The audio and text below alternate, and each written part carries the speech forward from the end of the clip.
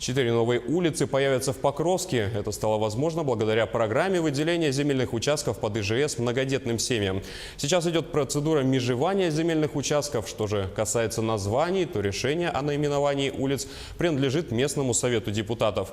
Одна из них названа в честь самого города Покровская, а 3 других в честь известных личностей Хангаласского района.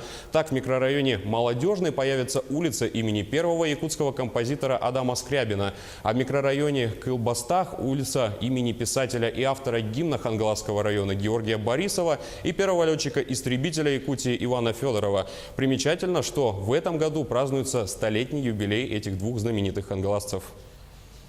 Нам перечислили список рекомендованных имен, и по этим спискам прошлись. Вот, например, остановились на Георгии Борисове по поводу того, что в марте месяце у него исполнилось столетие.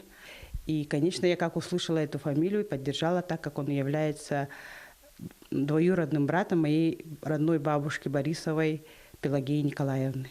И я от бабушки про него много слышала. Она все время, вот сколько я помню, очень жалела его. По клеветническому доносу был отправлен в ссылку и 15 лет находился в ссылках.